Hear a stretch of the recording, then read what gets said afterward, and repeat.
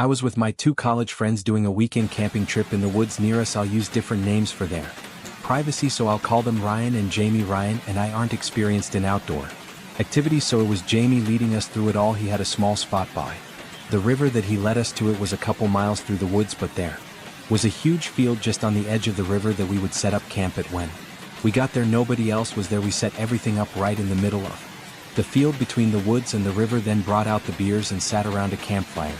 A little while after getting there, I happened to see some people out by the tree line. They looked like hunters, having dirty clothes and backpacks, like they were blending into the woods, but I didn't see any rifles. They were pretty far though, so maybe I just couldn't see them. I pointed them out to my friends, but Jamie had a puzzled look. He said hunting in these woods was illegal, and it wasn't even hunting season anyway. He seemed really concerned that they were out here. Ryan joked that he was taking it too seriously, and we went back to our random conversations. A few more hours later, we agreed to call it a night. The sun had been down for a while at this point, and the hike had really worn us out. We all went into our tents, but not being used to it, I found it really hard to fall asleep. Something about being out in the open in a tiny tent and laying on a thin blow-up mattress just had me feeling off. I must have laid there for a whole 2 hours, and at that point I was just hoping I could at least get a few hours of sleep, but then something instantly made me wide awake. Footsteps coming toward our tents. At first I thought it had to be Ryan or Jamie, probably coming back from using the bathroom, but I swear I would have heard them unzipping their tent and walking out only a few seconds later.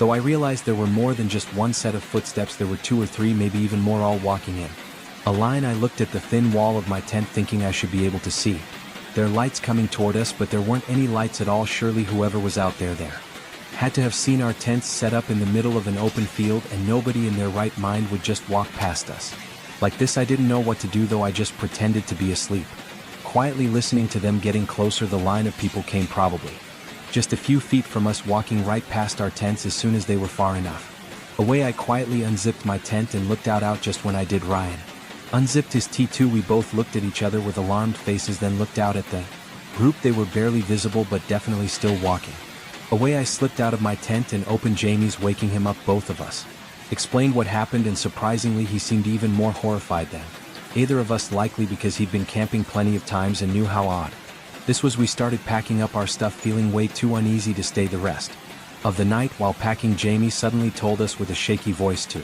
hurry. We looked up at him, then followed his gaze. In the tree line, the group of what now looks like 5 or 6 people were standing and looking over at us. My adrenaline was pumping now, and I shoved everything into my bag, and we all sprinted for the trail. We left our lights off to hopefully not be seen, so the rest of the walk we were barely able to see anything. Luckily we made it back, but what that group is doing out there is unknown. Based on everything though, I don't think our encounter with them was any sort of accident. Story 2. This was a long time ago when I was 13. It was summer. I spent pretty much all day playing on my PS3 or watching whatever was on TV.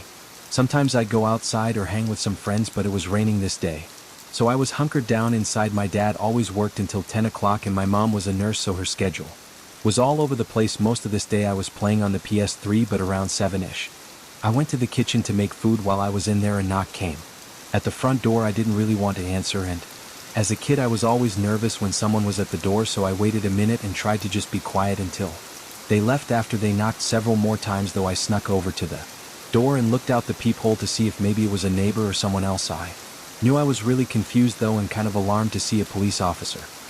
He was standing on our porch looking around and waiting for me to answer, and now I felt like I had to. I opened the door. It was still cold and rainy outside, and the officer was drenched. Being a kid, my eyes were immediately drawn toward the gun on his hip, and overall I just felt scared, or like I was in trouble. He asked my name, then reassured me that everything was okay and I didn't have anything to worry about. He then smiled as if trying to keep me calm, but his teeth were noticeably rotting and yellow, which then got me to notice how overall unkempt he looked. Like usually cops were well put together, so this was really off-putting. He definitely noticed my hesitation though, because he tried to speed up the conversation, saying he needed to search the home. I was terrified and confused, but I knew something was wrong, and that's when I noticed that there was no police car by my house, especially with it raining.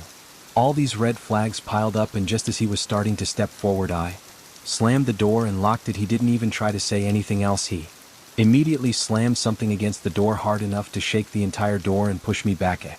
Little thinking the door would give out, I ran to the home phone and dialed 911. I was freaking out so much I'm surprised the operator even understood a word I said. The guy outside didn't give up the whole time though, and was even there Still banging on the door when the actual police showed up. I heard him trying to convince them he was a real cop, but obviously that didn't go well. He was taken in, and initially my parents didn't tell me much about the charges, probably for my own safety. But a few years later they told me that during the interrogation the man admitted to attempting to kidnap me. Had I been any more trusting, I don't know where I'd be right now. Story 3. I work at a gas station. I'd been there for several years, and this night was one that I assumed would be like all the rest. I came in at 8 and took over for the day worker, who went home right away. The first couple hours went by quickly, as there were still customers coming in regularly to buy a few things or to pay for gas with cash. Between 11 and 12 it slowed down to where it began feeling like the shift was dragging on. I kept myself busy for another hour, or at least tried to, with stocking whatever I could find, but then I was left with the dreaded second half of my shift. It was always slow, boring, and just not enjoyable. Around 1 though, a car pulled in and parked in the spaces by the entrance door. A few other cars had come through recently, but just to get gas real quick. Very rarely would someone actually park in the spots and come into the store this late into the night. I stood up straight and tried to rub the tired look off my face, expecting them to come in. A couple minutes went by, though, and they didn't. I leaned over the counter and looked out the glass door, but couldn't really see anything. The reflections on the door were blocking any way for me to see inside their car. Maybe they were just taking a break from a long drive. I didn't bother caring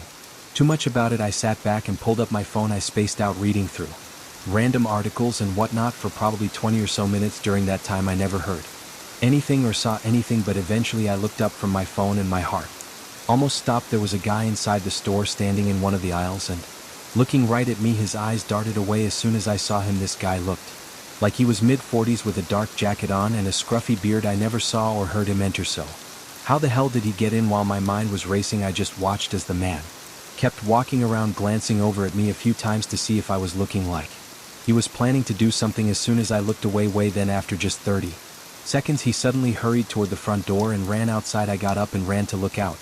This was when I noticed the car was still there, but the guy walked right past it and just out to the road until I could no longer see him. I immediately went to the cameras to see how he got in and figure out what was going on. It only took me a minute to find the footage of him slowly and quietly getting out of the car, then going to the back of the gas station. There were no cameras back there, but those doors were never locked since the gas station was technically always open anyway. What's really odd is that there were 15 minutes between the time he went around to the back to the time he walked out onto the sales floor. Police came to help me investigate, ultimately finding the car he left to have been a stolen vehicle from months ago. They didn't know anything about the guy or his motives sneaking around, though he clearly had something else intended for that night, and I think I was really lucky that for one reason or another he decided not to go through with it. I was off of work this night and relaxing at home. My roommate was out of town for a couple of days visiting his parents, and I was somewhat of a night owl, so I enjoyed staying up late. It was around 12 and I was sipping on a beer while watching TV when a faint sound came from above me. At first I didn't even process it, like my body just ignored it, but after a few seconds it kind of hit me as I realized it couldn't have been my roommate like it usually would have been. I looked up at the ceiling and muted the TV to try and listen for it again. A few seconds went by and there was nothing. The sound was so soft though, and with the TV being on when I heard it, I really had no idea what it could have been or even where upstairs it came from. Although this sounds pretty dumb of me, I really didn't feel like getting up and wasn't worried enough about it to feel the need to check it out. I opened the mini fridge I had next to the couch and grabbed another beer, cracking it open and taking a few sips to get back to relaxing. But before I could even unmute the TV, I heard that same thump sound above me. I looked back up at the ceiling, and after a moment I could hear subtle footsteps slowly walking in the room right above me. My whole body felt like it went numb. I got up from the couch and went over to the stairs. I stood at the bottom and could hear a thumping sound resonating through the hallway. I called out my roommate's name. I knew it wouldn't be him, but I was just hoping that somehow it was. After there was no reply, I started scaling the stairs and flicked on the lights to the upstairs hallway. It was empty, but the door on the far end was open. It was to my roommate's room, but I was 100% certain that I'd closed it the day he left, and I never went in there since, so there should be no reason it was open right now. My heart was pounding as I walked through the hallway and looked inside the room. It looked the same as it did when he left. Everything was clean and nothing was out of place. I then went around and checked every room upstairs and still found nothing. I didn't sleep that night and spent the next couple days on edge as I waited for my roommate to get home. I never heard those sounds after that night or had any doors randomly open like that. At this point I don't know what the hell happened. Maybe someone found a way in and out without me knowing, or maybe it was something else. To this day I still don't know. Story 5. My name is Leo and I work for a pizza shop in my small town. I don't do deliveries or anything, but I do mostly everything there is to do inside the shop. I make pizzas, organize the stations, clean and get all the closing tasks done every night. Before I leave, my interactions with customers is usually pretty minimal, since we have a few high school kids to take orders and everything, but they're only scheduled until 11 o'clock on weekdays. The shop closes at 12:30, so any orders or customers that come in after that I have to take care of. This was a regular Monday shift. Everything went smoothly for the most part, and at 11, my coworker left, so it was just me to close up. It's usually really slow, so I started the cleanup process about a half hour before closing. A call came.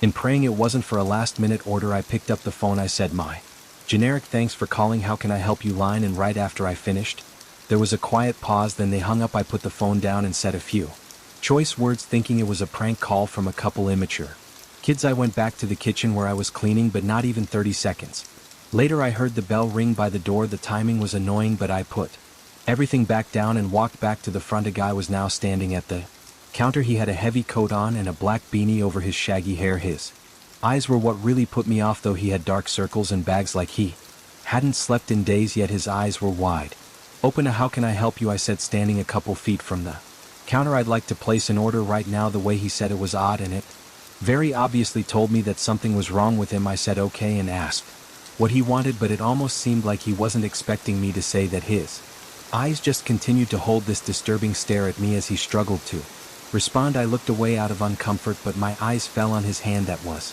partially out of his jacket pocket. He was holding a knife, like a typical kitchen knife. I think he was trying to hide it, but I could see the handle in his hand and part of the blade was sticking out of his pocket. I felt my stomach drop and blood rush from my face, almost like I was going to faint. I looked back up and his eyes were still staring at me, but his face was stiffened, emotionless. The sound of the door opening made both of us jump, and both of us looked over. It was some other random customer walking into the shop, and they immediately seemed to realize something was wrong. They stopped in place, stumbling over a few words before the guy by the register suddenly walked past him and out the door. I used the phone to call 911 and tried to explain to the other customer what had happened. We also watched out the window as the guy got into his car and sped out of the parking lot. That was the last we saw of him, though. What I think happened was he parked outside the shop and watched in the window as he called us. Once he saw that it was me answering the phone, I guess he knew I was alone, so that's when he walked in. If not for the random customer walking inside in that moment, I don't know what would have happened. He was clearly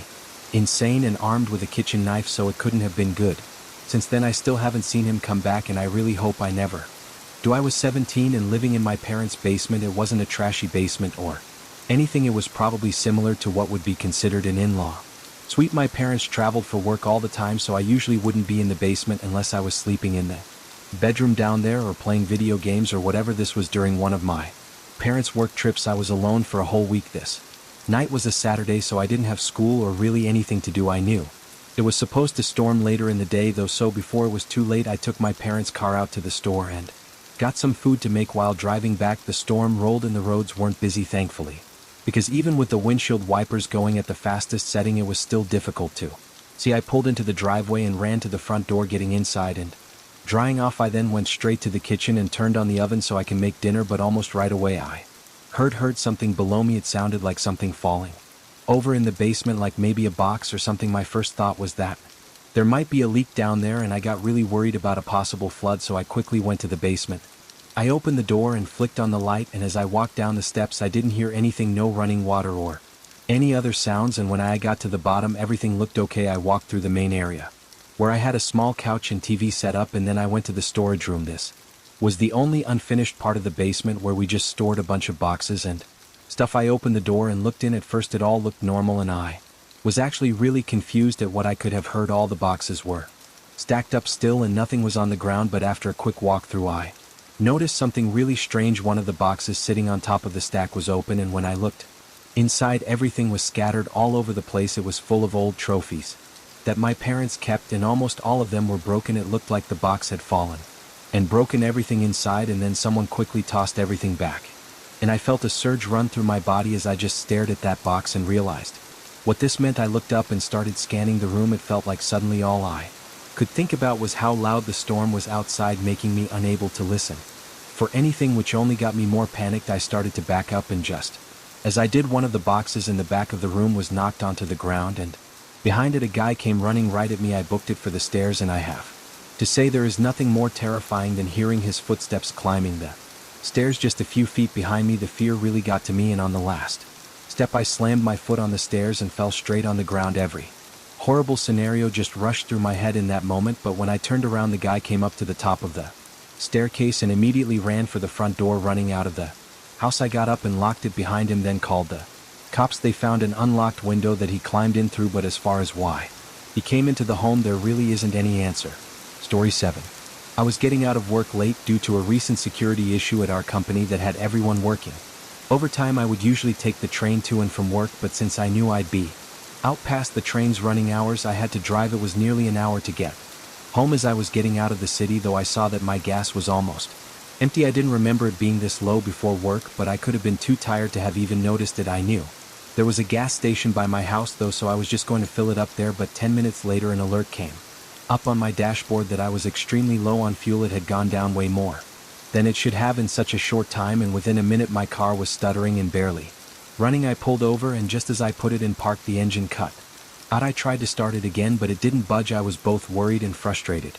Like, how the hell was this even happening? I took out my flashlight from the glove compartment and got out. The issue took less than 5 seconds to find there was gas clearly leaking. I had no idea how this could even have happened, since everything was fine earlier, but before I could do much thinking, a truck pulled up behind me. Their headlights were off and they parked unnervingly quickly, like there was no hesitation. I stood up and looked at their windshield, seeing a couple figures moving around in there. I'm okay guys, don't need any help, I called out, but they didn't pay any attention. They kept moving around until one of the doors opened. A guy got out while the others stayed in the truck. Ironically, he asked if I needed help as he started walking toward me. The way he said it was weird though, with a smirk and a strange tone to his voice. Again, I said I didn't need anything. He kept walking though until he was right in front of me, standing uncomfortably close. Why don't I give you a ride home? It's the least I could do, he said, giving a creepy forced smile. I declined his offer and quickly got into my car. Disturbingly, he stood there for a while, like an entire minute, just looking at me through the window and not saying anything. I just looked forward and called the police for help with my car, but the whole time I could see him in the corner of my eye, standing right outside my window and just staring at me during the phone call. Though he walked back to his truck, I watched in the mirror as he got and then slowly drove past me. We made eye contact as he passed by, and for a brief moment I saw someone in his back seat. They were pressed up against the window with wide open eyes, and although I couldn't get a good look at them, I knew something was wrong. I don't think that person was inside that truck willingly when he drove off, though the license plate was missing. Police showed up and I told them everything. There was a bit of an investigation where they found my gas tank was stabbed purposefully by someone. Likely what happened was the guy planned the whole thing out, following me until my car broke down and hoping to get me to accept the ride. Whether that person was truly in danger, we don't know, because the man was never found. Story 8.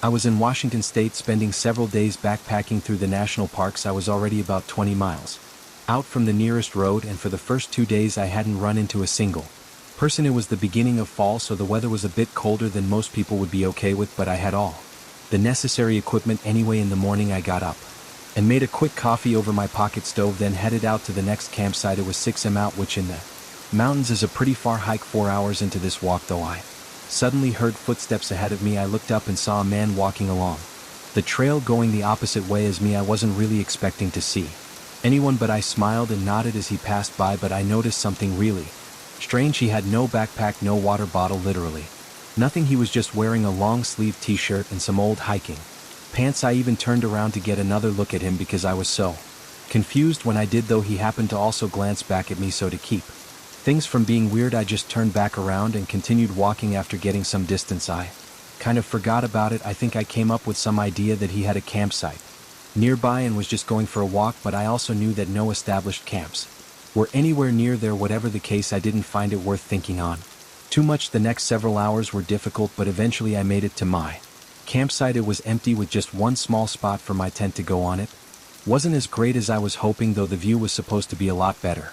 But from the actual campsite there wasn't really any view at all. It was kind of covered up by all the trees. The whole campsite really just felt like it was in the middle of a forest rather than on a mountaintop. I was rightfully exhausted though, and went straight away to setting up my tent and then relaxing while watching the sunset. As I sat there, I randomly heard a shuffling sound behind me. I turned and was completely stunned To see that same man I'd run into earlier, he still had no backpack or anything, but even more confusing was why he was at this campsite. He was walking in the complete opposite direction when I last saw him, and for him to get here now, he must have turned around pretty soon after running into me. As he walked up to the campsite, he didn't look at me like he was purposefully pretending that I wasn't there or that he couldn't see me. He went up to the other side of this small area we were in and he sat down. No tent, no sleeping bag, no anything, just sitting on the dirt and looking out into the forest. He was only 15 or so feet from me, but with him looking away I was able to get a much better look at him. The man looked like he was in his late 30s and had a short scruffy beard with short brown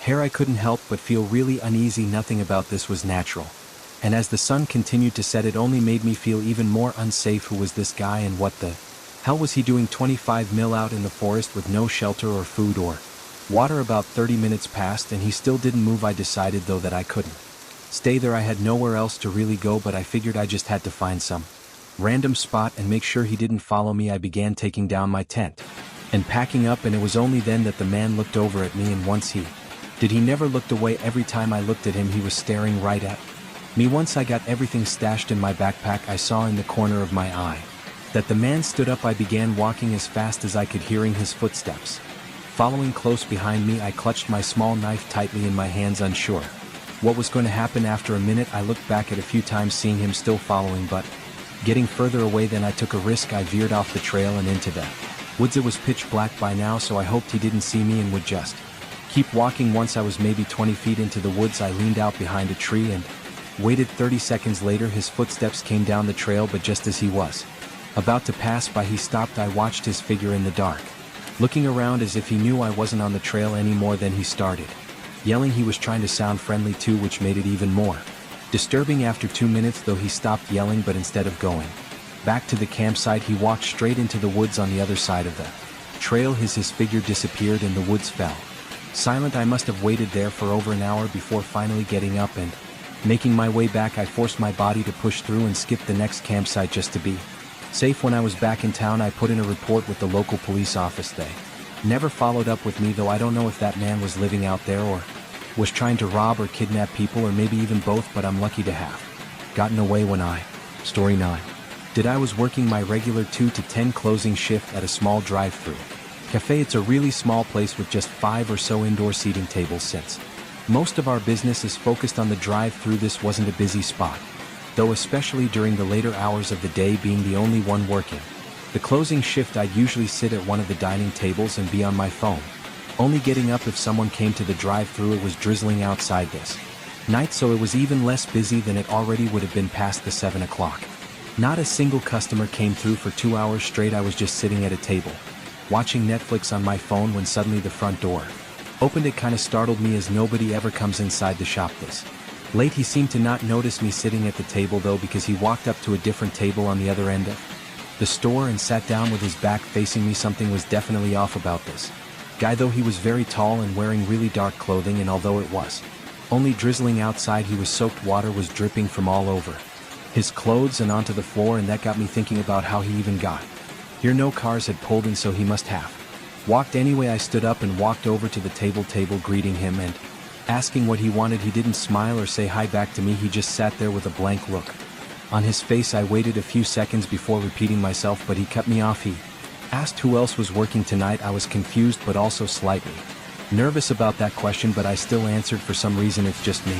But we class in an hour. He then asked for a small coffee, so I walked back to the kitchen and started making it. I grabbed a cup and poured it in, then turned to go back to the table when I saw him standing in the doorway to the kitchen. "Do you need something else?" He didn't respond. Now facing directly at me, I could see that his eyes were bloodshot, but his face was still blank, like no emotion whatsoever. It made me really uneasy. "Put the drink down and come with me," he was demanding it, and he looked ready to force me if I didn't. This guy was way bigger than me, so I really had no choice. I moved slow, trying to think of any way out of this as I followed him. As we left the store though, he grabbed the back collar of my shirt and pushed me across the parking lot toward the road on the other side of this empty road. Was a completely wooded area with no buildings or houses as far as I knew, and that's exactly where he was leading me. Just as we were about to cross the road though, a single car came out and rolled past us. As it did, the man stopped, walked anyway. I stood up and walked over to the table, greeting him and asking what he wanted. He didn't smile or say hi back to me. He just sat there with a blank look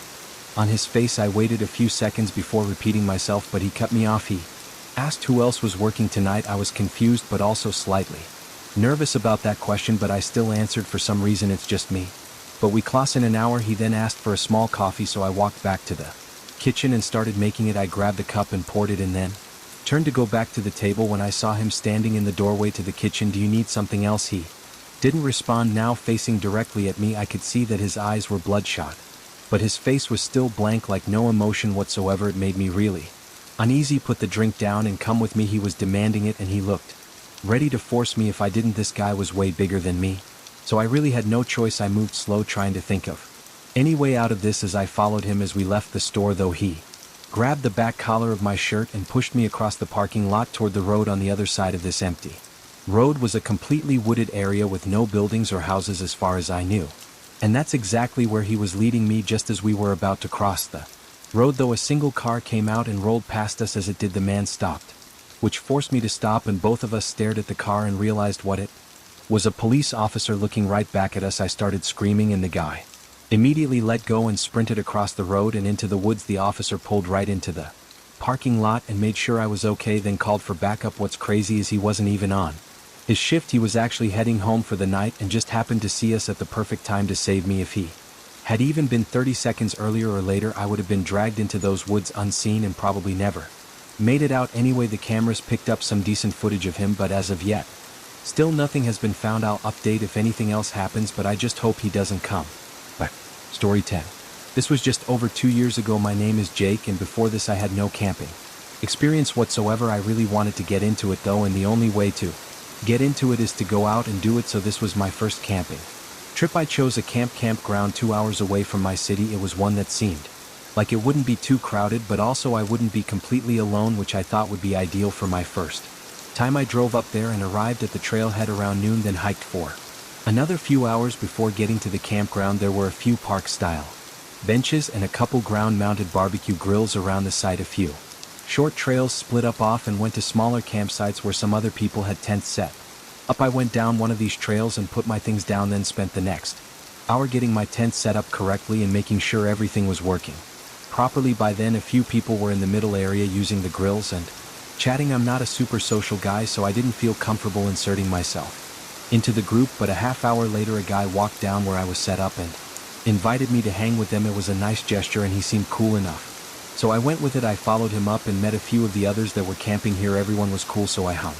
around for another hour, but after that some people split ways. I said good night to everyone and headed back to my tent as well. It was probably around 7, so just an hour left of sunlight when TJ, the guy from earlier, came walking back to my tent. For reference, he was around my age, like mid to late 20s. When he came over, he asked if I'd ever been to this area before. I said no, and then he asked if I knew about the lake that was nearby. I said no again, and he immediately started telling me about this amazing hidden lake that nobody knew about and how it was a super cool spot and that he was going to head there if I wanted to tag along again. It seemed like a friendly gesture, and honestly I was super intrigued. I tossed my stuff back into my tent and left everything there, then followed him. He said it was a 10-ish minute walk through the woods, so we definitely had enough time before sunset. From the campsite we followed this really thin footpath through the trees. It wasn't a defined trail at all, but it looked like it had at least been used a few times before. 10 minutes passed though, and there was no lake in sight. TJ also got weirdly quiet. Before he was very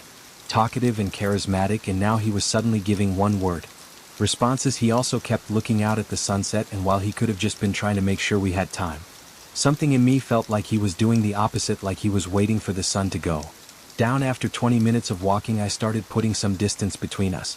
I wasn't so sure anymore about what this was, but I could feel my adrenaline kicking in, so I guess my body knew the sun was just barely lighting up thin rows of light through the trees, and it felt like the forest was so quiet all of a sudden.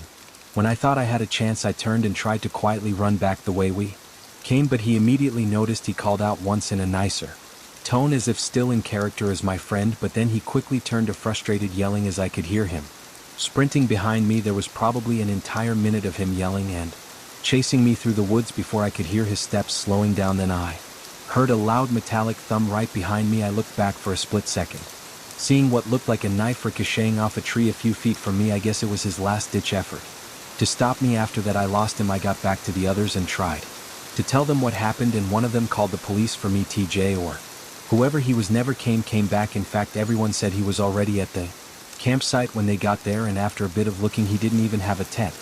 Anywhere. He probably targeted me though, because I was alone and he knew I hadn't had much hiking or camping experience. Thankfully I didn't have to find out what he had intended for that night though, because if I had I probably wouldn't be here. Story 11. This was almost 2 years ago now. I was doing what I thought was going to be a regular vacation to where my parents live. I had rented an Airbnb for the first time, so I was really excited. The house was on a large plot of land and was very spacious and quiet. I lived in the city, so this was like luxury to me. I set everything in the room and pretty much left right away to see my family. I spent the whole afternoon with them before heading back to the Airbnb and making a quick snack, then hopping on the couch to watch a movie for the night. It was like 10 or 11, so pretty late, but in the middle of the movie I heard someone walking outside the house. There was no mistaking that sound, and it just completely threw me off guard. I paused the movie and got up quickly, walking to the back of the house and looking out the back door. It was obviously dark out, but a guy was walking away from the house and toward the trees that were behind it. What's really creepy is that I never heard his footsteps approaching, like he must have already been standing by the house for a while before I heard him leave. Once he was out of sight, I opened the back door and stepped outside. The back patio was empty, but along the house there were clear shoe prints in the grass. I followed them, leading up to one of the windows, and when I looked through it there was a direct line of sight to the couch I was sitting on. I got chills just thinking about that man staring into the house at me without me knowing. I quickly went back inside and covered up all the windows. For the next half hour I sat in the living room and continued the movie with the volume on low. That way I could focus on listening if he came back. I didn't hear anything though. Once the movie was finished I knew I had to get to bed, so I went back up to the window to do one last look to make sure everything was okay. I moved the curtains and saw nothing, but heard footsteps sprinting away from right outside the window. I hesitated before looking out and seeing that same guy running into the tree line. I immediately got my phone and called the police. Of course by then he was too far for them to find him or even really search. However, while we were looking around the house I noticed that my suitcase in the bedroom was open. It had clearly been searched through and a few things were even missing. This probably happened while I was with my family, and the guy could have even been still in the house when I came back, only to sneak out of a window before I saw him. Why he came back afterward is what really disturbs me though. If I hadn't caught him watching me, there's a chance I would have gone right to bed with him waiting right outside the window. It was the fall of 2018 when this happened to me. I was 22 and at the time, Story 12, I was living temporarily on the East Coast right outside of the Appalachian Mountain range. I'll go ahead and admit that I've never been too much of an outdoorsy person and hadn't had any experience in camping or anything, nor was I really that interested in those sorts of activities. However, this was my last year living in probably the best place to do all those outdoor things, plus with it being mid-fall and the trees looking pretty and the weather being nice, I figured this was my chance to try it out. I didn't want to go for a huge camping adventure or anything, so I found a simple hiking trail instead that had some good views of the mountains. I prepped a small backpack with water, snacks, and a first aid kit. No cars were there though. It was just a small dirt parking area, so I guess it wasn't as popular as I thought. I parked and started walking. It was calm and it definitely didn't feel like a path a lot of people would take. It didn't have any noticeable recent shoe prints in the dirt. It was just a fairly small path with trees on either side. As I got further in, the entire path became more densely covered in trees, enough to block out a lot of the sun and make the whole trail shaded. It was actually really nice and cooling, but not hearing or seeing anyone else became more of an unsettling thought. That further out I got, not in a creepy way, but just that I was entirely alone. It wasn't something I was used to. About an hour or maybe even 2 hours down the trail I was caught off guard by seeing a man ahead of me. He was sitting on the side looking like he was just taking a break under one of the trees. As I passed him I gave a friendly nod and said hi, to which he looked up at me and said nothing. He didn't smile or nod, he just looked at me for a few seconds and then I looked away. I wasn't sure what to make of it. Maybe he didn't hear me or maybe I caught him off guard as well, but the strange look without even a slight smile was not giving me a good feeling. I walked a bit faster for the next part of the trail, hoping to put some distance between us. After an hour I slowed down and made it to the end, which was an overlook of the mountains. The fall colors on the trees made the view way better than it probably would have been any other time of the year, and overall I was glad to have made the hike. I stared off into the distance for a few minutes, enjoying a view that I almost never got to see, but when I turned around to leave, my heart almost left my body when I saw the man from earlier standing right at the end of the trail. He was maybe 10 feet from me and I never heard him walking up. After the initial scare I realized how creepy it was that he was just standing there and not coming up to look out the overlook like a normal person. would be doing, but then he did something even more odd. His face shifted as he smiled and said hi, asking me how the view was. Yeah, it's really nice, you should take a look too, I responded, trying to be polite but still really confused. The man stepped closer, then pointed to my right and said there was an even better view down that trail. I looked over my shoulder to where he was pointing. There was a path barely visible going through the dense trees. It was rugged and undefined, not something that looked to be used very often. The man walked up to where the path started and stood at the entrance, telling me again about how great the view was and saying it was just a minute or two to walk there. I politely declined, but he continued to tell me about how great it was, to the point where it was obvious that he had to have other intentions than just wanting me to go there and see a nice view. I said I was okay and had to get home, then started to walk toward the main trail, but the man was quick to move his body in front of it. I stopped in place, now even more terrified and thinking of the possible intentions of this man who was just a few feet from me in the middle of an empty forest. The man looked at me with a blank expression. I took a few steps walking around him and just hoping that nothing escalated, and for some miraculous reason it didn't. The man watched me as I made my way around him and down the trail. Every time I looked back, he was still watching me, not even trying to be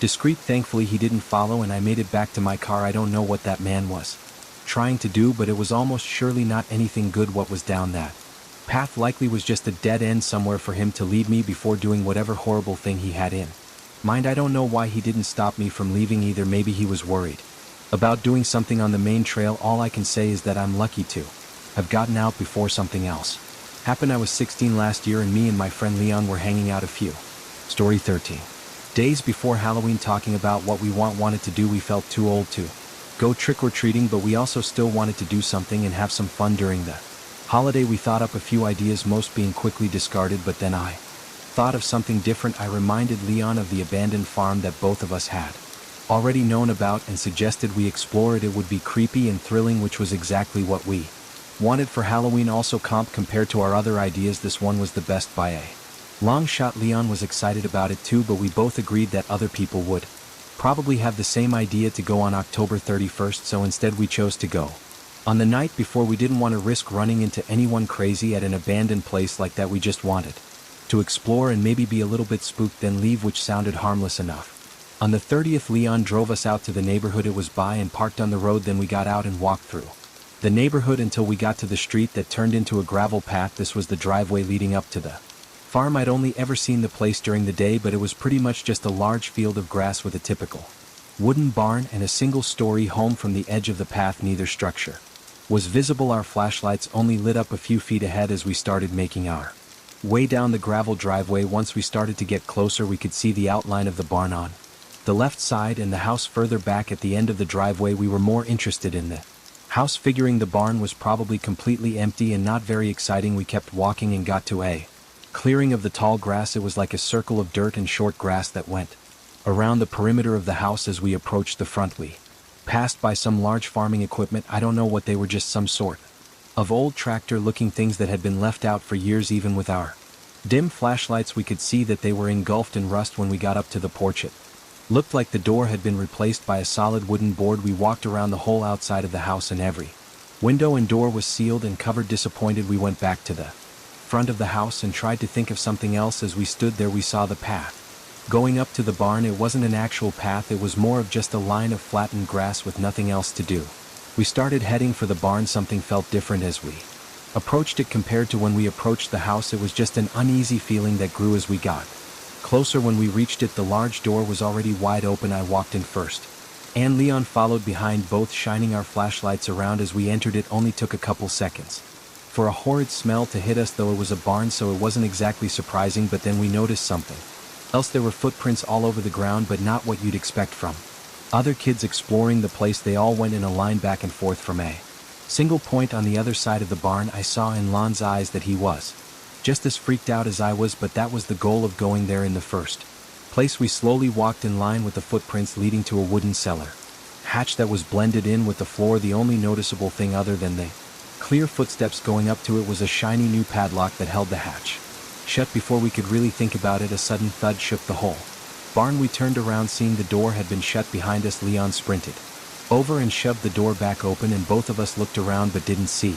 anyone. Now terrified, we sprinted straight through the tall grass back to the gravel driveway, then booked it to the neighborhood where the car was. We definitely got the scare we were looking for, but maybe even too much so neither of us ever tried to figure out what really happened that night. But a couple months later we saw that the whole house and barn had been blocked off. We tried to look up why, but there was no word publicly about it. What was going on there remains a mystery, but I think if we had stayed to find out, we may have never. Maybe he didn't hear me, or maybe I caught him off guard as well, but the strange look without even a slight smile was not giving me a good feeling. I walked a bit faster for the next part of the trail, hoping to put some distance between us. After an hour I slowed down and made it to the end, which was an overlook of the mountains. The fall colors on the trees made the view way better than it probably would have been any other time of the year, and overall I was glad to have made the hike. I stared off into the distance for a few minutes, enjoying a view that I almost never got to see, but when I turned around to leave, my heart almost left my body when I saw the man from earlier standing right at the end of the trail. He was maybe 10 feet from me, and I never heard him walking up. After the initial scare, I realized how creepy it was that he was just standing there and not coming up to look out the overlook like a normal person would be doing. But then he did something even more odd. His face shifted as he smiled and said hi, asking me how the view was. Yeah, it's really nice, you should take a look too, I responded, trying to be polite but still really confused. The man stepped closer, then pointed to my right and said there was an even better view down that trail. I looked over my shoulder to where he was pointing. There was a path barely visible going through the dense trees. It was rugged and undefined, not something that looked to be used very often. The man walked up to where the path started and stood at the entrance, telling me again about how great the view was and saying it was just a minute or two to walk there. I politely declined, but he continued to tell me about how great it was, to the point where it was obvious that he had to have other intentions than just wanting me to go there and see a nice view. I said I was okay and had to get home, then started to walk toward the main trail, but the man was quick to move his body in front of it. I stopped in place, now even more terrified and thinking of the possible intentions of this man who was just a few feet from me in the middle of an empty forest. The man looked at me with a blank expression. I took a few steps walking around him and just hoping that nothing escalated, and for some miraculous reason it didn't. The man watched me as I made my way around him and down the trail. Every time I looked back, he was still watching me, not even trying to be discreet. Thankfully he didn't follow, and I made it back to my car. I don't know what that man was trying to do, but it was almost surely not anything good. What was down that path likely was just a dead end somewhere for him to lead me before doing whatever horrible thing he had in mind. I don't know why he didn't stop me from leaving either. Maybe he was worried about doing something on the main trail. All I can say is that I'm lucky to have gotten out before something else happened. I was 16 last year, and me and my friend Leon were hanging out a few Story 13 days before Halloween, talking about what we wanted to do. We felt too old to go trick-or-treating, but we also still wanted to do something and have some fun during the holiday. We thought up a few ideas, most being quickly discarded, but then I thought of something different. I reminded Leon of the abandoned farm that both of us had already known about and suggested we explore it. It would be creepy and thrilling, which was exactly what we wanted for Halloween. Also, compared to our other ideas, this one was the best by a long shot. Leon was excited about it too, but we both agreed that other people would probably have the same idea to go on October 31st, so instead we chose to go on the night before. We didn't want to risk running into anyone crazy at an abandoned place like that. We just wanted to explore and maybe be a little bit spooked, then leave, which sounded harmless enough. On the 30th, Leon drove us out to the neighborhood it was by and parked on the road. Then we got out and walked through the neighborhood until we got to the street that turned into a gravel path. This was the driveway leading up to the farm. I'd only ever seen the place during the day, but it was pretty much just a large field of grass with a typical wooden barn and a single-story home. From the edge of the path, neither structure was visible. Our flashlights only lit up a few feet ahead as we started making our way down the gravel driveway. Once we started to get closer, we could see the outline of the barn on the left side and the house further back at the end of the driveway. We were more interested in the house, figuring the barn was probably completely empty and not very exciting. We kept walking and got to a clearing of the tall grass. It was like a circle of dirt and short grass that went around the perimeter of the house. As we approached the front, we passed by some large farming equipment. I don't know what they were, just some sort of old tractor-looking things that had been left out for years. Even with our dim flashlights, we could see that they were engulfed in rust. When we got up to the porch, it looked like the door had been replaced by a solid wooden board. We walked around the whole outside of the house, and every window and door was sealed and covered. Disappointed, we went back to the front of the house and tried to think of something else. As we stood there, we saw the path going up to the barn. It wasn't an actual path, it was more of just a line of flattened grass with nothing else to do. We started heading for the barn. Something felt different as we Approached it. Compared to when we approached the house, it was just an uneasy feeling that grew as we got closer. When we reached it, the large door was already wide open. I walked in first, and Leon followed behind, both shining our flashlights around. As we entered, it only took a couple seconds for a horrid smell to hit us, though it was a barn, so it wasn't exactly surprising. But then we noticed something else. There were footprints all over the ground, but not what you'd expect from other kids exploring the place. They all went in a line back and forth from a single point on the other side of the barn. I saw in Lon's eyes that he was just as freaked out as I was, but that was the goal of going there in the first place. We slowly walked in line with the footprints leading to a wooden cellar hatch that was blended in with the floor. The only noticeable thing other than the clear footsteps going up to it was a shiny new padlock that held the hatch shut. Before we could really think about it, a sudden thud shook the whole barn. We turned around, seeing the door had been shut behind us. Leon sprinted over and shoved the door back open, and both of us looked around but didn't see anyone. Now terrified, we sprinted straight through the tall grass back to the gravel driveway, then booked it to the neighborhood where the car was. We definitely got the scare we were looking for, but maybe even too much so. Neither of us ever tried to figure out what really happened that night, but a couple months later we saw that the whole house and barn had been blocked off. We tried to look up why, but there was no word publicly about it. What was going on there remains a mystery, but I think if we had stayed to find out, we may have never.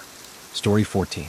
Left. This happened last fall. It was toward the end of the season, closer to winter, and where I live it gets pretty cold and even snow sometimes in October. I've been doing food delivery for the past 3 years and was working on this night. It was around 1 p.m. and lightly snowing outside. It was one of the first snowfalls, so people must have been skittish to go out. I was one of few cars driving around, but a lot of orders were coming in pretty much as soon as I'd finish one. Another one would pop up after driving around everywhere until almost 1 a.m. I took up one last order. The snow was starting to pick up and I was just getting a little tired. I drove through the McDonald's that they'd ordered from and picked up the food, then set in the directions to the house. It was close, about 10 minutes away, but I didn't consider the direction it was in before accepting the order. It was opposite from where I lived and I was already a good 25 minutes from home, so it was going to be a long drive home. Afterward, annoyed at myself, I turned out of the parking lot and onto the road. The plow trucks still weren't out yet, probably because they weren't expecting this much downfall, but my SUV was usually good in the snow, so I wasn't that nervous. While I was driving, I noticed the road I was heading down was about to leave the main area of town. I checked the map again and it said it was this way, but it was just a very unusual route. I didn't even know any houses were down there, because the only reason people take the road is to get to the highway that leads out of state. I went down for a few minutes, seeing only street lights and trees until I came up to the turn. It was a single small street leading off the road. I slowed down, being more careful since the street was smaller and had trees lined up right beside it, so sliding off would make a really terrible night. As I made my way down, I saw a few long driveways leading to faint lights in the trees far out. Before I reached the driveway I was to turn down, it looked like all the others. I slowly drove through the driveway until I made it to the house. It was medium-sized and older, completely covered in snow. Nothing looked too notable about it. Really, the only interesting thing was that it was out here in the middle of some forest. I parked out front and got the bag, then started walking up to the door. The snow was thicker than I would have liked, soaking my shoes and even the lower legs of my pants. When I got up to the porch, I knocked and started to set the bag down, but almost immediately the door swung open. I looked up, seeing a large man in a winter jacket. His face was pale, like he'd just been outside in the cold. "Hi, I got your order right here," I said, holding the bag up. After a moment the man stepped back and opened the door wider. "You can set it down right over there." He lifted his arm and pointed toward what I assumed was the kitchen. The way he said it made me feel like I had to, but I knew it was a horrible idea to go in there. I looked at the man's hands, seeing he wasn't holding anything, so it really didn't make any sense for me to do anything other than hand him the bag. "Sorry, but I really have to get going," I said, nervously holding the bag up. Again the man's face dropped into a frown, then he suddenly slammed the door shut, still holding the bag up, and just a bit shocked by what was happening, I set it down on the porch and quickly started walking back to my car. But just as I got past the front yard I heard something from behind me. I turned around, realizing it was from somewhere on the other side of the house. It could have been a back door or something, but was too muffled to hear. Clearly getting creeped out, I walked quicker and got in my car. I switched it on, and right as I looked up I saw the man coming around the side of his house and making his way quickly over to my car. He had something in his hands. It almost looked like rope, but there was something else that I wasn't able to make out. I suddenly felt my heartbeat spike and adrenaline take over my body. I started going in reverse, trying my hardest to go quick while also not getting stuck in the snow. The man got close, probably just a Few feet away before my car was able to grip the road and start picking up some speed, I backed up through the whole driveway, seeing the man eventually stop and watch slowly fading into the dark as I backed up into the street. I don't know what he was doing honestly. The whole thing was just terrifying and confusing enough to make me not even want to think about it. I still do food deliveries, but I'm far more cautious, and most of the time I don't even knock on the doors anymore. I just drop the food on the porch and leave. Had I stayed any longer that night, or had entered the house, who knows what would have happened to me. Story 15. This happened several years ago in early October. I had 2 weeks off work and had taken a trip down to a cabin in the hills outside of my city. It was an Airbnb that was far out, which was perfect because I wanted to spend a few days camping as well. I drove 2 hours to the cabin and got there in the afternoon. It was really nice and quiet. No other cabins or buildings were in sight. It was just the woods going all around. I set my things inside and looked through the rooms, but it was nothing special. It had a very cozy, old-fashioned feel to it. Not something I was a huge fan of, but it was a nice change of environment for a vacation. The rest of that night and the following few days went by with nothing of interest. I spent my time relaxing, sitting outside in the cold fall weather for most of the days and spending the nights inside by the fireplace. It was on the 5th day though that I set out with my camping gear. I wasn't sure how long exactly I was going to camp for, but planned for 2 to 3 nights. There were a couple trails nearby that I was aware of from planning ahead, but only one of them actually connected to the cabin. To keep things simple, I chose to just take that one so I could leave straight from the cabin and not have to drive anywhere. I walked for at least 3 or 4 hours before I found the spot. I was happy with this. Was the only clearing I'd found aside from the trail itself, but something would just feel uncomfortable about camping directly on the path. It was closing in on nighttime already, so I got my tent up and started a fire. As it got darker, I put on my heavy sweater and jacket. With the cold really starting to come in, I sat out by the fire for an hour, eating up a quick meal and waiting for myself to get more sleepy. But at some point while I was sitting there, my eyes caught sight of something, a figure walking out in the woods. I watched as they walked through the dark, no flashlight or anything, and disappeared in the distance. The only light in the woods was my campfire aside from the dim moonlight, so whoever was out there had to have seen me. It was so strange the way they were walking though, just being out here in the woods with no light and not even following the trail. It made me feel really unnerved enough to think about taking the long walk back to the cabin, but I knew it wasn't safe to go out this late into the night. I stayed on watch for a half hour, checking everywhere but not seeing any more signs of the person. After a while I started getting tired, so I flattened the fire and let it burn out. But just as the glow faded into ashes, I heard footsteps coming from the left of the campsite. My eyes widened, looking into the woods and trying to force my eyes to adjust to the dark, but all I could see was a few feet ahead. The footsteps got louder, coming toward the campsite, getting close enough for me to think that they had to be just outside of my sight. But then they walked slightly off, staying in the dark and passing by, then continuing to walk away. They never stopped or did anything to show that they acknowledged that I was there, but the chances of them being out here at the exact place I was just impossible to be a coincidence. Once the footsteps were gone, I took out my flashlight and disassembled my tent, packing my things and going back to the trail. It wasn't ideal, but I could sense that something was off about whatever was going on. I walked quickly, keeping my flashlight on the trail and trying to keep myself calm. The woods were so quiet though, just adding to the eeriness of the situation I'd found myself in. Although I had my doubts, I made it back to the cabin. It was still well into the night, and after walking so much that day on no sleep, I passed out on the couch just minutes after getting inside. My mind was so foggy I wasn't even really thinking about the person in the woods anymore. Being a 4-hour walk from where I'd seen them, I didn't feel I really had reason to be scared anymore. As I was passed out though, I groggy woke up to a strange sound, something on the other side of the cabin, like wood scraping against the walls.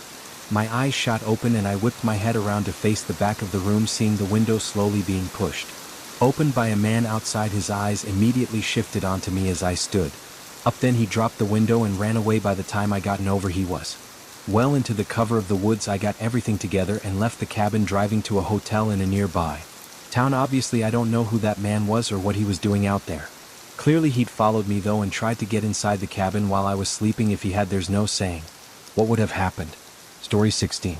It was a couple days before Halloween. I actually had the next few days off, so after I got off work I was looking forward to staying up late and enjoying the night. I picked up some fast food on the way home, eating on the couch while watching some Netflix. About 30 minutes into the show I paused it and got up to throw out the rest of the food that I hadn't finished. I walked into the kitchen and tossed it, but when I turned around I saw someone standing in my backyard. They were just looking at my house, not really doing anything else. For context, my backyard was small, but fenced in so there was no way he just stumbled through while taking a shortcut or something. I flipped on the back porch light and slid the door open. "Hey, what are you doing?" I yelled at them with the porch light now, and I could see their face. They were young, probably in their 20s, but had really tired and, for lack of a better word, creepy eyes. They didn't respond to me, so I called out again, "You need to leave. This is my property." The guy looked over at me, then casually started walking toward the gate. I made sure they left, going to my front window and watched them walk down the street. Once he had left, I just took a moment to think about what was going on.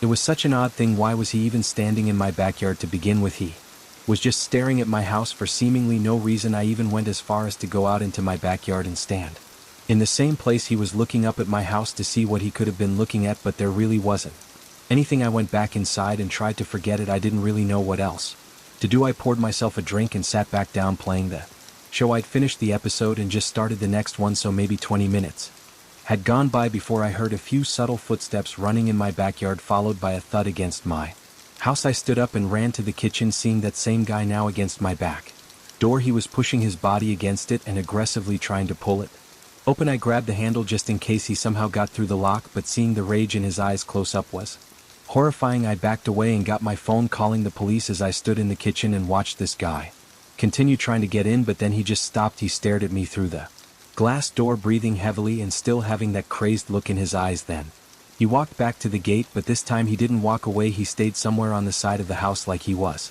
hiding. I constantly went back and forth from all the windows, waiting for the police to arrive and hoping the guy didn't try anything else. 5 minutes went by with no sounds or movement before a police car showed up. Right away I heard footsteps running from the side of the house, but not away from the house. They ran back up to the door, trying to force it open again. They chose to attempt breaking in again rather than taking their chances running away. Obviously police were able to get him in the act, and after a quick struggle they got him cuffed and into the car. When questioned, it was very apparent that the guy was under the influence of something heavy, and it was later confirmed with some tests despite questioning him that night. And in the following days when he was sober, the man never gave actual reasons for his actions. I'm unsure how to feel about it. Part of me sees it as just some crazy guy that had no reason, so why worry about it? But then a part of me thinks of the look in his eyes and the fact that he tried to break in over running away means he had to have had a reason, and either way, if he had gotten in, what he would have tried to do to me is likely just as horrifying reason or not. As far as I know, he was only imprisoned for a few weeks due to not being sober during his actions, so I'm left to just worry about whether or not he intends on coming. Story 17. Back 2 years ago, I lived with my younger brother on the East Coast for the most part, though we didn't really go out much. I mean, we'd hang out with friends a lot and get food or whatever, but we never really went out and did anything interesting. I started to look up things to do, and one of the most common suggestions was camping because we were right along the Appalachians. I told my brother, but he didn't seem very interested. A couple days later I went out and bought a few things like a small tent and some safety tools, then packed up one of my old backpacks and drove out to a nearby trail. Yes, I was really inexperienced, and going camping alone was not a good idea, but I'd only planned to be out for one night, so I figured even if there was a problem it wouldn't be so bad. After an hour of driving I got to the trail. No other cars were parked and I didn't see any other people. I got out and put on my backpack, then walked to the trailhead. It was thin and not a really well-made path, but was good enough. I don't think it was a popular trail. I just found it by scrolling through a huge list and choosing one that wasn't too long. As I hiked down, though, it became more and more clear how little used this trail was. Bushes were overgrown and blocking the way, and even in some portions the grass had grown in and made it really hard to tell what was the trail and what wasn't. But after an hour I made it to the end. After seeing the trail, it was about what I'd expected the camping ground to be. It was small and mostly overgrown, but there was something I noticed right away that caught my attention: a pile of logs on the other side of the camping ground. I walked up to it and saw that flakes of charred wood were blowing off in the wind, so it had to have been used recently, maybe even the night before. I looked around again, not seeing any tents or signs of someone being here. Though unsure about it, I went to the other end and put my things down, then got to work on the tent. It wasn't that late yet, so I took my time to make sure the tent was well made. Once I was done, I took a breather, sitting down and chilling for a bit. There was about an hour left of sunlight, and I spent it eating and sitting inside the tent on my sleeping bag. After a while I could tell the sun was setting, but soon after a sound came from somewhere nearby, a crackling sound like from a campfire. I unzipped the opening and stepped out, being immediately faced by a man sitting across the campsite right next to where were the half-burnt logs.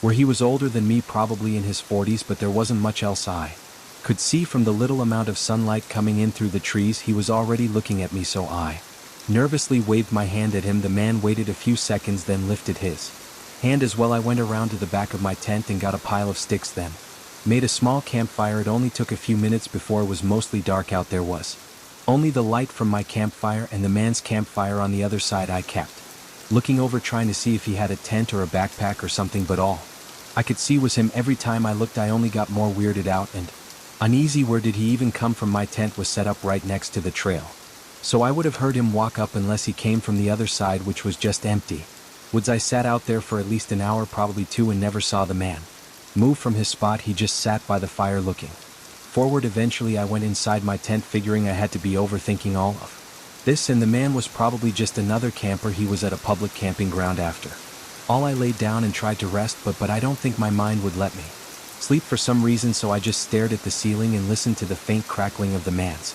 campfire. I was in there for probably another hour before I heard leaves slowly crunching, making their way toward my tent. I sat up and listened more carefully until I could see the shadow of the man standing on the other side of the fabric. My whole body froze, watching him just stand there for a moment, not moving, not speaking. Then his shadow started moving away as I heard the leaves crunch into the distance. I quickly unzipped the tent and looked out. The campground was empty. The man was gone, having left only the burning logs. I started to pack up, shoving the tent into its hole and even breaking some of the rods just to move faster. I left without ever seeing the man come back. As for what happened out there or what was going to happen, I really don't.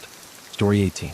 No, not more than a week or two ago, I hiked out on a long trail in the dense woods behind my town. I lived in a really close-knit town with just under 1,000 people, so we were pretty far out from any big populated cities. The woods on the outskirts were very flat, no mountains or hills, but had a few ponds and some small rivers running through the middle. I was heading to one of these rivers. I'd been there before a few times, though I'd never had the chance to camp there until this day. As I could recall from the previous times, I knew it was about a 3-hour walk, almost perfectly north. As I walked between the trees, it was very quiet aside from birds and other animals rustling the leaves around me. There were no people or hikers, and I didn't plan to see anyone because this was not even a trail, it was just open woods. But as I was just 45 minutes out from the river, I ran into someone. We were both walking toward each other, and it seemed like neither of us had noticed the other until we were just a few feet away, separated by only a couple trees. I know I had a confused and almost nervous look, finding it really unusual to run into someone off trail in the middle of these woods, but the man had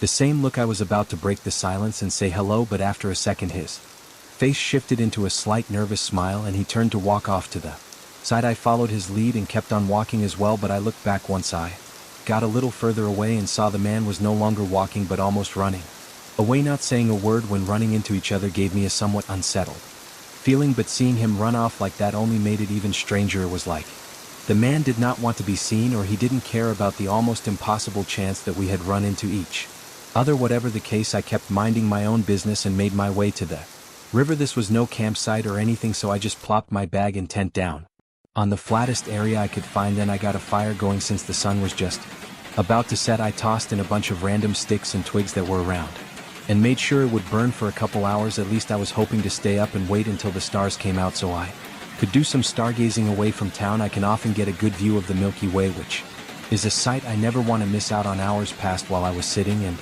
waiting until a distinct sound came through the quiet woods behind me. Footsteps, slow and careful ones. I turned and looked, not seeing much in the dark. As I gazed around, though, the footsteps stopped, telling me that while I may not see them, they can see me. I reached down for my bag and picked up a heavy-duty flashlight, shining it at the trees. I could see decently far now, but as I moved it back and forth, I didn't see anyone. I felt my heart rate increasing a bit as the unsettling feeling came over me again. Anyone out there? I tried again.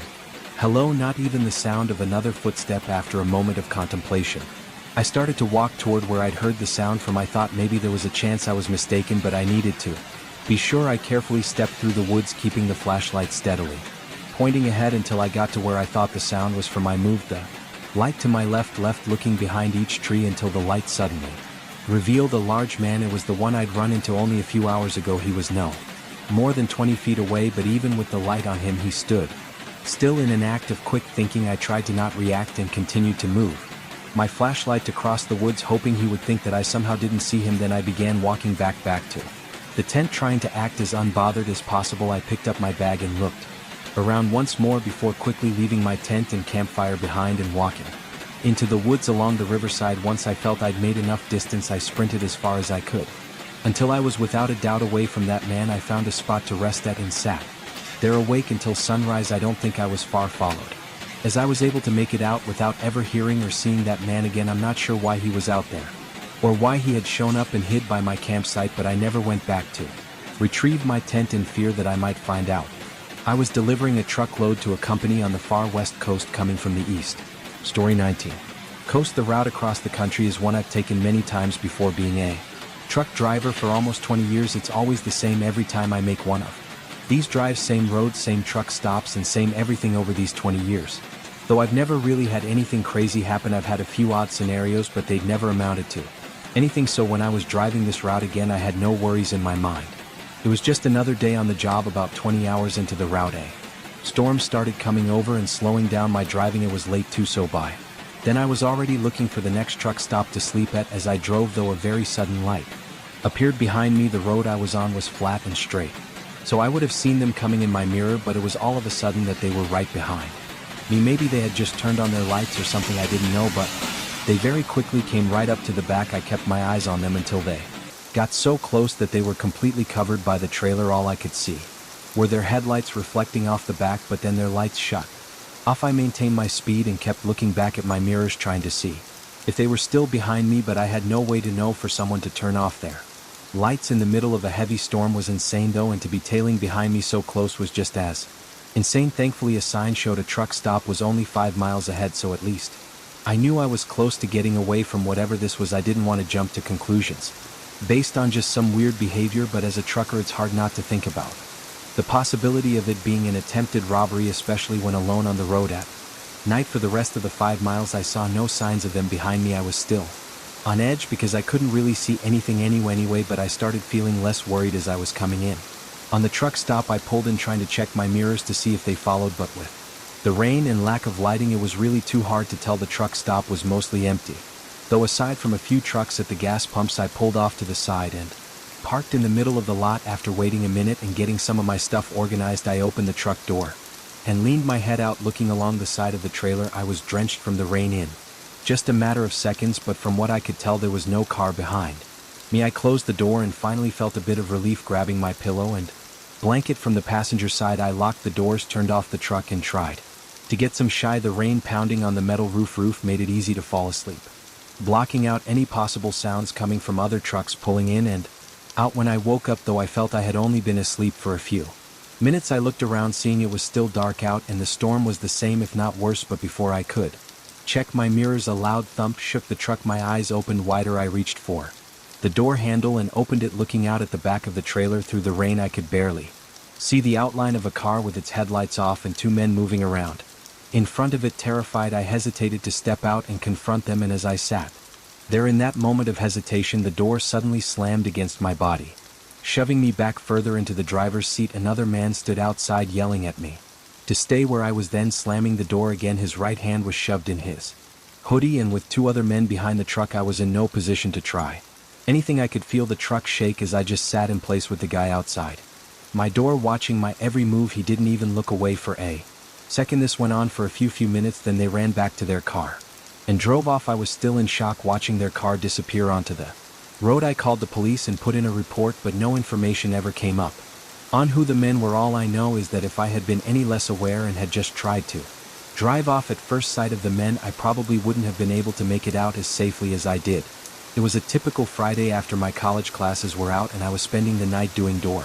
Story 20. This was my regular routine, dashing on the weekends to help me pay for all my living expenses while on campus. The night started well, getting a lot of orders done and making a good amount, and then it hit a stalemate after the big dinner rush. Very few orders were showing up, and the ones that did, they were very low paying, basically waste of time orders. But then after an hour of aimlessly driving around, an order came through that wasn't too bad. It was 8 m away, but the payment was well worth it. It was nothing absurd, but enough to make it not a rip-off like a lot of the other ones where I accepted the order and ran into the restaurant to grab the bag, then hopped in my car and started driving. The map said it would take 30 minutes, which I think was the longest of any orders I'd done up until this point. Most of the houses were right around campus, because any further than 15 to 20 minutes out, it becomes pretty much just Bare fields of grass as I got to that 20-minute mark. It became just that, very few houses mostly sitting far out in fields of crops. And nothing else. The rest of the 10-minute drive was on this empty road going along these farms. Then I made it to the house. There was a dirt driveway connecting to the road leading through a large field, and in the far back was a small house. Driving through the field felt very eerie, even though I'm not one to get nervous without reason. This felt different as I got further out from the road. The only sound was the low rumbling of my car on the dirt. I parked out front and got the bag ready, then left the car on. As I stepped out, the night was quiet and the house was dark, having only the porch light on to illuminate the outside. I walked through the unkempt grass and up to the porch, knocking on the door. As I waited, I looked back at my car, sitting in the dark with the field of pitch black behind it. A moment went by, then I knocked again, but there was no response, not even the sound of anyone inside. It didn't take long for me to realize the strangeness of the situation, seeing no lights on in the windows and noticing how decayed the house looked up close. The only thing that made me think it couldn't be abandoned was that I had an order for this address and the porch light was on. I looked at the light thinking, why would that be the only light? But by some odd chance I happened to recognize the top portion of the casing having a cheap solar battery. It was just an automatic light that charges during the day and turns on in the evening, meaning nobody had to be here to turn it on. Just as I was piecing this all together, though, I heard a rumbling sound behind me. I turned, seeing a car driving down the dirt path and coming up right behind my car. I stood there and stared at their headlights until a man stepped out. I yelled from the porch asking if this was his order, but he didn't reply. He just stood right next to his car and didn't move or speak. I felt my adrenaline spike as I began realizing how horrible the situation likely was. The silence of the night only reminded me that there was nobody here to help. I was stuck in the middle of a field between an empty house and a stranger. In a split-second instinctual reaction, I dropped the bag and sprinted off the porch, running behind the house and straight into the field of grass. I looked back, seeing the man coming up behind me. Frantically I continued running, and the further out I got, the thicker and taller the grass became until it was covering all views of direction. By then I knew the guy had no chance in following me. I slowed down, catching my breath as I carefully moved through the crops and tried to be quiet in case the man was still trying to find me. Eventually I made it to someone else's yard, and from there I got to a road where I had enough signal to call for help. Police picked me up and went to check on my car, but of course the man was gone by then. I was surprised though, because my car hadn't been looted and the bag of food was still on the porch of the abandoned house. But that could only mean that the man had other intentions, likely far worse than just robbing. Story 21. Me. This happened when I was 18, making the road trip from my hometown to my new college. I had all my stuff shoved into the trunk and backseat of my cheap SUV. This was not only my first long road trip alone, but was also going to be my first time being away from my family for an extended amount of time, so my nerves were reasonably high anyway. The directions I was taking said it was 600 m total, which I split into 2 days of driving. I was taking whatever route the maps had me take, and it estimated I'd make it to the hotel at 11 p.m. but with possible TR traffic, gas stops, and getting food, I knew I'd likely get there much later. By 7 the sun was fully gone and most of the cars were gone too. Every once in a while a car would pass by and I'd see their headlights slowly fade out in front of me, but for most of the drive it was just me. This actually made me really tired and bored. Around 10 o'clock I decided I'd stop at the next gas station before making the final stretch of the drive. About 10 minutes later I exited the road and entered a gas station. Being so far out, this wasn't a town or anything. It was literally just a gas station with a few pumps and a tiny convenience store. I didn't see any other cars on the road or in the lot, and not even any lights from any nearby houses or buildings in the distance. I pulled right up to a pump and got out to start topping off my tank, and as I looked around I almost got jump scared by a guy walking up to me. In comparison to myself, he was much older, probably 50s if I had to guess, and he honestly looked homeless. But regardless, being approached out here wasn't something I was expecting, and his short smile didn't make me feel any more comfortable. "Hi, do you need something?" I said, hoping he wouldn't walk any closer. The man stopped a few feet from my car and looked around almost cautiously before responding, "Take the exit back onto the highway." I looked at him, confused, not sure if I was understanding him right. He pointed behind me at the exit I came from and repeated himself, "Take the exit back onto the highway." After a second I said okay, and the man walked off, but I was still really confused. The exit I came from that he wanted me to take again was a one-way road, so by his logic he wanted me to drive on the wrong side of the road and do a U-turn back onto the highway. It just didn't make any sense. I looked out at the entrance road, the obvious one that I was supposed to take, and there were no signs of any construction or anything blocking it. It Just looked like an empty ramp back onto the highway as I put the pump back and got on my car. I glanced over at the man who was now just sitting against the side of the convenience store. The more I thought about it though, the more crazy that man seemed just to be sitting out here saying nonsense. I thought maybe this was some kind of trap or something, so I went with my instinct and drove out of the lot and toward the entrance to the highway. As I merged onto it though, I realized pretty much all the street lights were out. I slowed down thinking maybe this was a construction zone or something. I kept my eyes focused on the road directly ahead, making sure to be cautious of anything, but while I made my way through the unlit road I saw only a brief outline of a figure to my left before a pickup truck came out of nowhere and stopped right in front of my car. Every door opened as 4 men jumped out of the truck and started running up to my car holding weapons of all kinds: metal bats, machetes, knives, and not even anything covering their faces. They just had this emotionless gaze like they felt nothing of what they were doing. I quickly started backing up as they got just a few feet away from my windows, and once I got far enough back I suddenly saw the outline of dozens of people coming out of the shadows off the side of the road. A few even tried chasing my car as I frantically reversed out of there. As soon as I could, I turned around and sped off. I called 911 once I felt I was safe, but for some reason I never got a call back. No update on it at all, almost like they didn't even check on it. Ironically though, it was the creepy old guy at the gas station that tried to prevent me from even getting caught up in that mess, or at least that was what I assume he was doing. Either way, I was incredibly lucky to get out of that with my life, as I have no idea what that was or what they were all planning to do. Story 22. This was only a few months ago. I was spending the weekend cozying up inside, as it was the end of winter and these were the last few days of cold before it was supposed to start heating up. This night it was rainy and cold, so I had nothing better to do than watch some movies and relax, but it was sometime not too long after dinner that there was a knock at the door. I got up and walked over, but looking out the peephole I didn't recognize the man. He was wearing some brown jacket and a beanie, and he was holding a snow shovel. Seeing as there wasn't any snow on the ground, I didn't understand what he was here for. I cracked the door just an inch and asked what he wanted. It took all but 5 seconds of listening to him to know he was up to no good. He stumbled over his words and was trying to tell me a whole story about how he was just a friendly guy looking for any jobs to do in my yard. Something felt off about it and unnatural, so I said no thanks and started shutting the door, but the guy quickly put his hand on it. For a second he just stared at me, keeping the door open before he let go. I shut and locked it, and after processing what happened I looked back out the window. He walked down to the sidewalk and disappeared in the rainy fog. I watched for another minute to make sure he'd actually left for good, then I went back to my movie. The guy was definitely sketchy, but I didn't think he would come back or anything and would probably just go on to the next house. The rain had picked up over the next hour. I was still in the living room and had started another movie, although I knew I was probably too tired to finish it. My eyes were drifting in and out, but randomly there was a thump above me that shook me awake. It was just one thump. It was kind of hard to tell how loud it actually was with the rain outside, but what was odd about it was that it was definitely from above me. I got up and walked upstairs. Story 23.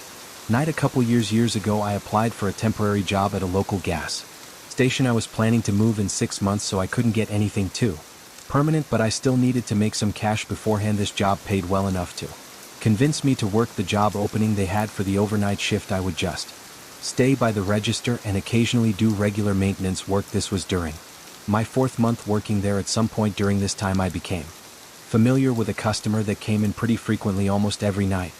Around 1 or 2 a.m. this guy would walk in and buy random different things.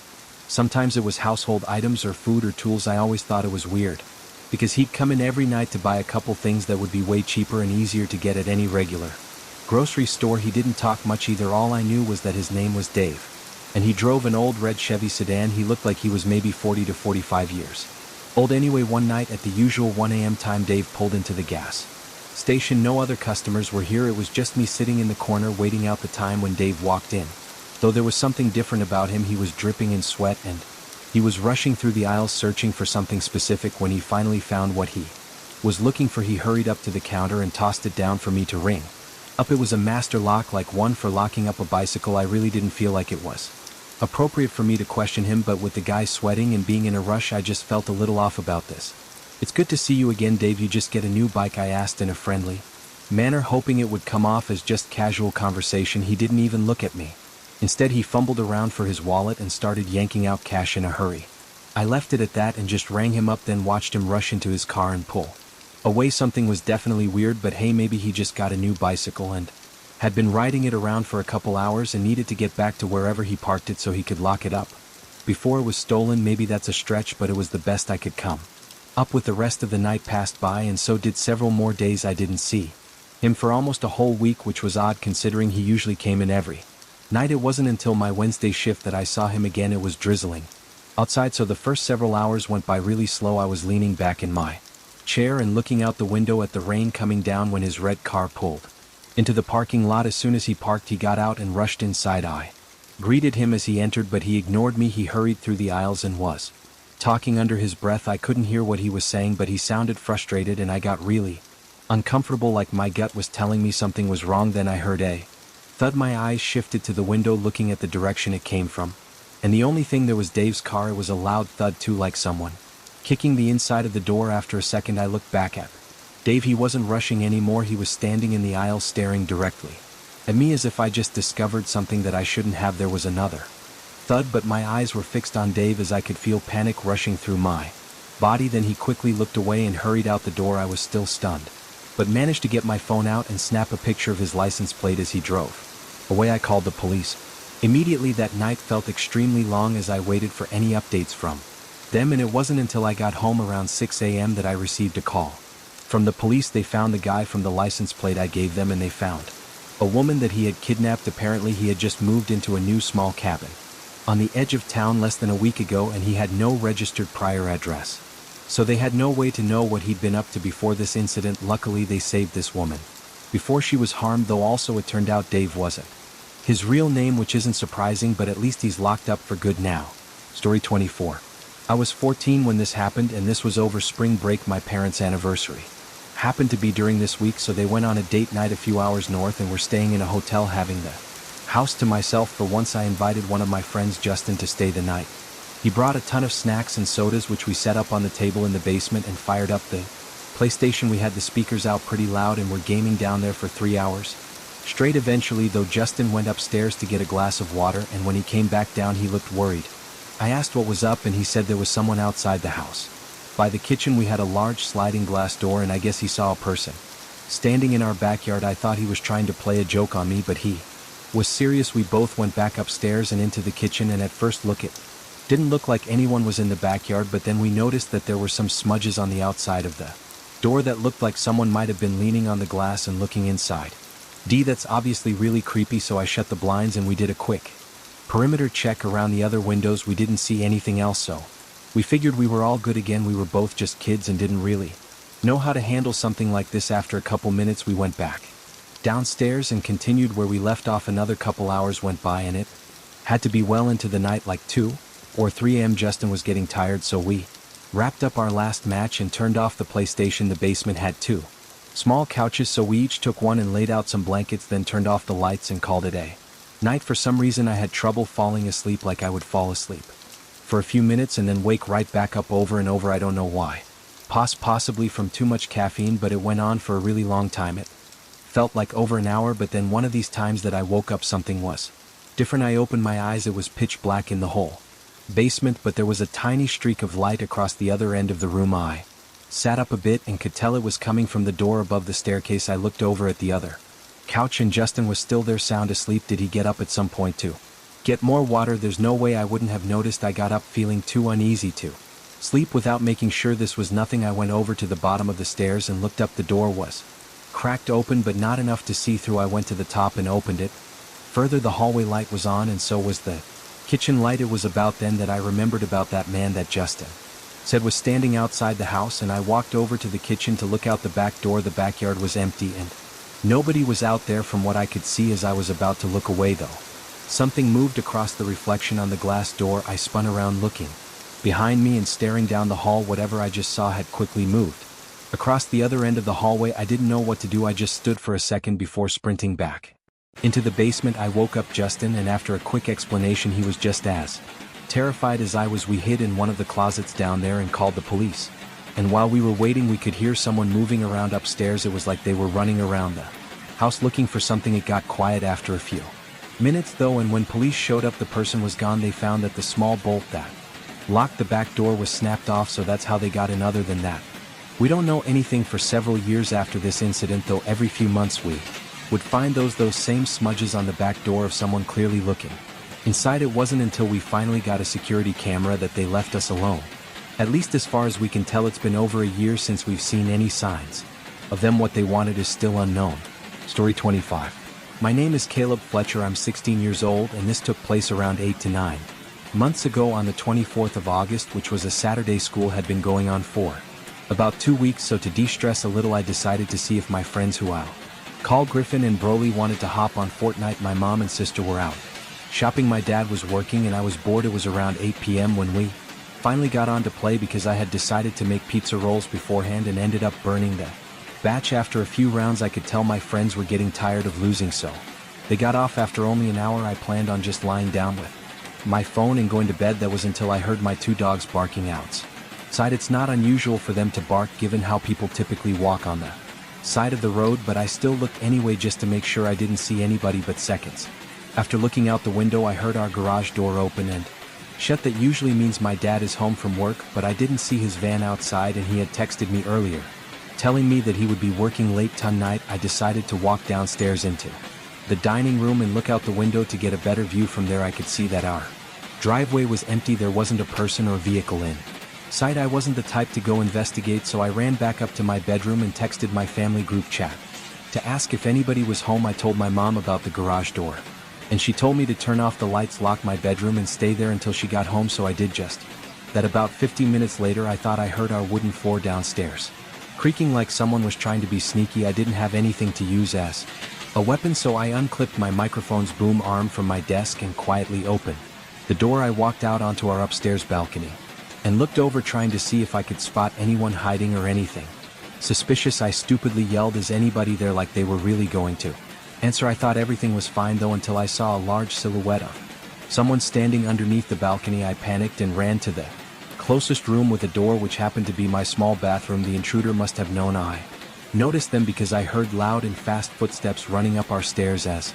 I locked myself in the bathroom, I had stupidly left my phone in the bedroom, which was the room right next to me. After I built up enough courage, I bolted into my bedroom, locking the door. As soon as I got in, my sister's room was right across from mine, and its door was open, so I figured the intruder must have been in there. After locking my bedroom door, I grabbed my phone and typed 911 into it. Just before I called, I noticed that the storage room in my wall was open. Just a tad. I saw a dark brown eye peeking through the crevice, staring into my soul. The pure terror I felt in that moment is something I'll never forget. I booked it down the stairs and out my front door, running up the hill to my neighbor's house. He was a police officer. He alerted the other cops while I stayed with his wife, and he went down to investigate. I told him exactly where the intruder was hiding in my bedroom. Minutes later I ran back down the hill to see if the intruder had been caught. When I walked in, I saw a tall, skinny man with a gray beard and a dirty black coat being pushed onto the floor by my neighbor as he was getting handcuffed. I'm not allowed to be home alone anymore, and we have better security around our house now. My family was just happy to know I wasn't hurt, and they were thankful for my neighbor's bravery. I don't wish an experience like this on anybody, not even my worst enemy. Story 26. I'm a manager at a mid-sized grocery store. I do 10-hour shifts and work mostly overnights. At the time, our store was having some staff issues that made pretty much every department understaffed and overworked in overnight.